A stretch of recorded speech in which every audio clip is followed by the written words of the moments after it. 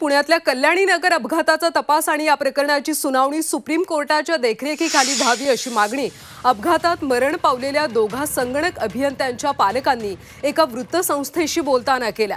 या अपघाताचं गांभीर्य लक्षात घेता आरोपींवर संज्ञान म्हणून खटला चालवावा अशी मागणी अपघातात मरण पावलेल्या अश्विनी कोष्टा यांचे वडील सुरेश कुमार कोष्टा यांनी केली।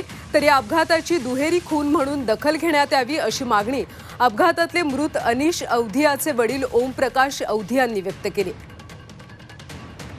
सविस्तर अपडेट्स घेऊयात आमचे प्रतिनिधी अरुण मेहत्रे यांच्याकडून। अरुण, काय ताजे अपडेट्स?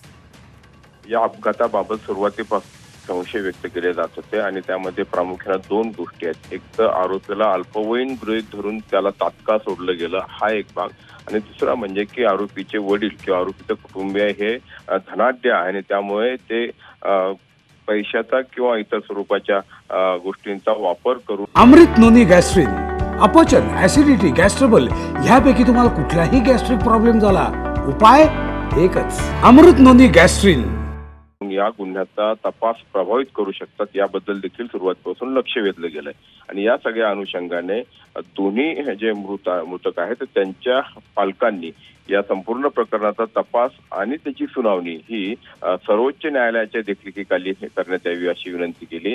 इतकंच नाही तर या खटल्याची सुनावणी ही मध्य प्रदेशमध्ये, कारण दोन्ही जे मृत आहेत तरुण तरुणी त्यांचे कुटुंबीय मध्य प्रदेशात राहतात, त्यामुळे त्याची तो खटला मध्य प्रदेशात चालवण्यात यावा अशी देखील मागणी केली आहे। एकूणच या प्रकरणाला गांभीर्यानं घ्यावं किंवा आरोपी अल्पवयीन आहे म्हणून त्यामुळे खरं तर या सगळ्या मृत दोघांच्या पालकांची मागणी आता मान्य होते का याकडे आता सर्वांचं लक्ष असणार आहे। धन्यवाद माहितीसाठी।